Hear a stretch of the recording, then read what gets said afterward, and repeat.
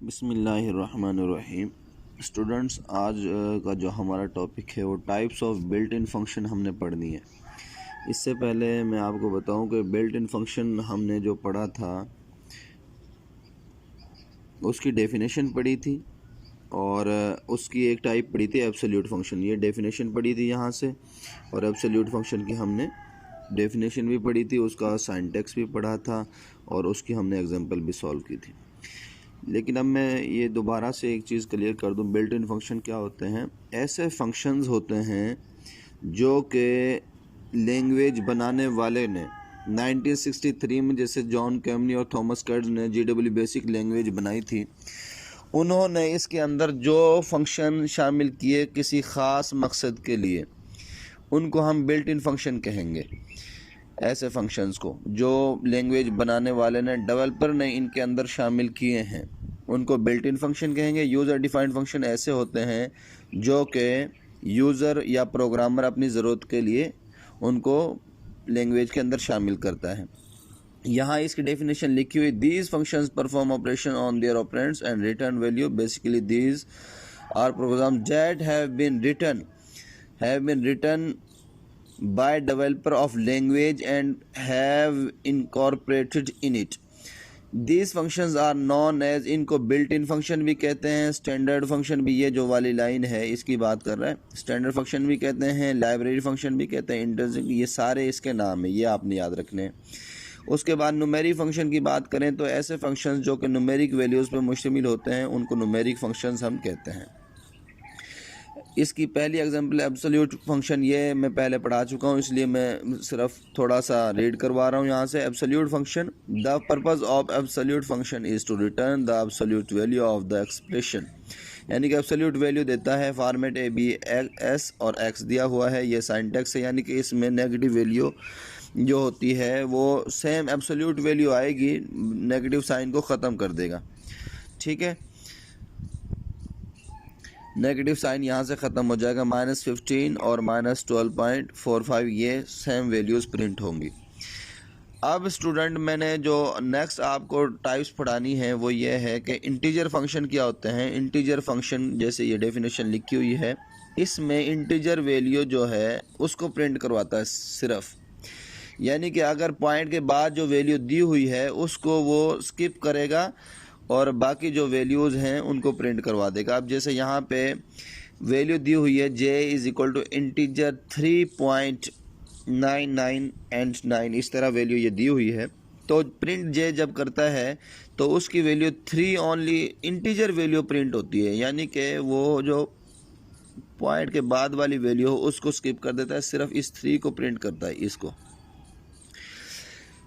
अगर ये वैल्यू ऐसे होती, जे की वैल्यू अगर मैं यहाँ पे ये कह देता कि जे की वैल्यू हमारे पास -3.9 होती, अगर इस तरह ये वैल्यू होती तो इसको जब प्रिंट करवाता तो ये -4 प्रिंट होनी थी। कहने का मतलब ये है कि अगर वैल्यू नेगेटिव आ जाए इंटीजर वेरिएबल के लिए, अगर हम वैल्यू नेगेटिव देते हैं तो वो जब प्रिंट करवाता है उसको एक वैल्यू और बढ़ा देता है, -3 है तो -4 कर देता है। अगर पॉइंट के बाद 5 से वैल्यू बढ़ी है देन फिर ये ऐसा करता है।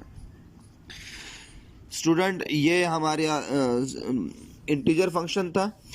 इसके बाद जो फंक्शन दिया हुआ है वो SQR फंक्शन है। SQR फंक्शन का काम ये होता है कि वो स्क्वायर रूट निकाल के देगा। अब यहाँ पे लाइन नंबर जो 10 है, यहाँ पे देख सकते हैं आप, यहाँ वैल्यू ली हुई है x = 10 to 25, step 5 print x, square root का फंक्शन लगाया हुआ, नेक्स्ट x। अब यहाँ पे सबसे पहले x की वैल्यू 10 होगी, स्टेप 5 ये लूप मैं पहले पढ़ा चुका हूँ, 10 होगी, फिर उसकी वैल्यू हमारे पास 10 के बाद हमारी वैल्यू होगी 15, उसके बाद हमारी वैल्यू 20 होगी, उसके बाद वैल्यू होगी 25, यानी कि 5 के स्टेप से वैल्यू बढ़ेगी। अब अगर देखा जाए तो जब इसकी वैल्यू बढ़ती है 5 स्टेप से, तो सबसे पहले उसने स्क्वायर रूट निकाला 10 का, लाइन नंबर 10 का, ये 10 = यानी 3.16, ये स्क्वायर रूट निकल आया है। नेक्स्ट जब ये लाइन नंबर 30 पे आता है, वापस नेक्स्ट करने को कहता है x की वैल्यू कितनी हो जाती है 15 हो जाती है x की वैल्यू। अब वो 15 का जब स्क्वायर रूट निकालता है तो उसका वैल्यू निकाली है उसने 3.87, ये आउटपुट आ रही है हमारी। और अगर वही वैल्यू नेक्स्ट करता है तो वो वैल्यू हो जाती है 20 का जब स्क्वायर रूट निकालता है तो हमारे पास ये दिया हुआ है 4.47, और ऐसे ही 25 अगर उसका स्क्वायर रूट निकालता है तो उसका 5 आता है। ये इसका फंक्शन का काम है कि वो वैल्यूज़ का स्क्वायर रूट निकाल के देता है। स्टूडेंट, नेक्स्ट जो हमारा टॉपिक वो है फंक्शन है वो हमारे पास है साइन फंक्शन।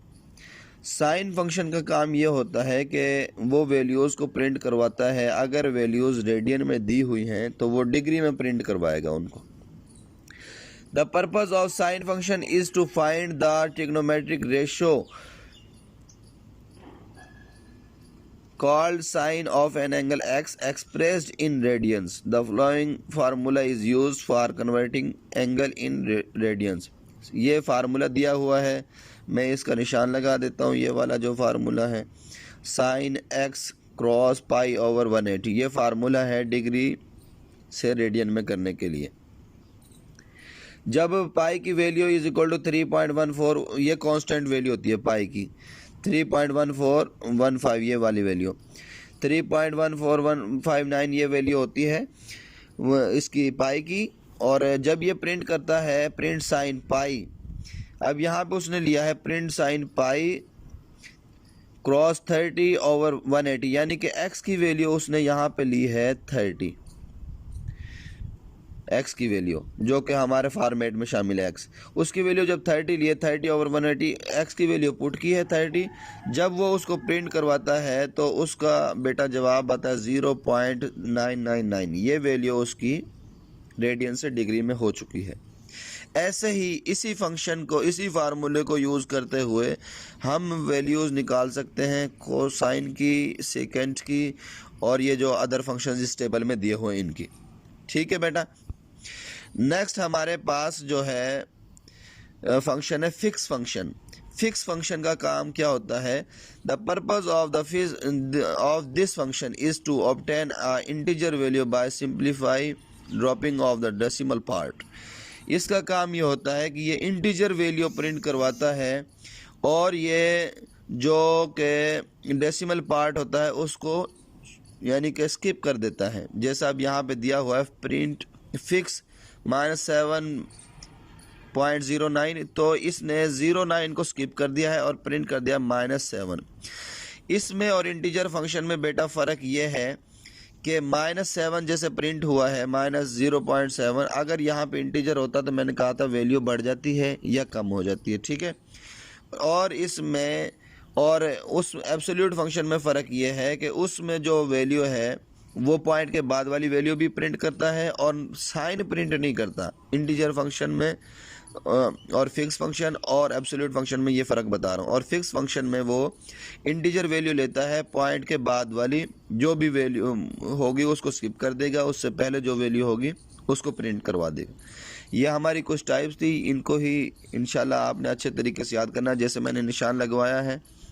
नेक्स्ट जो टाइप है वो मैं पढ़ाऊँगा इंशाल्लाह नेक्स्ट लेक्चर में।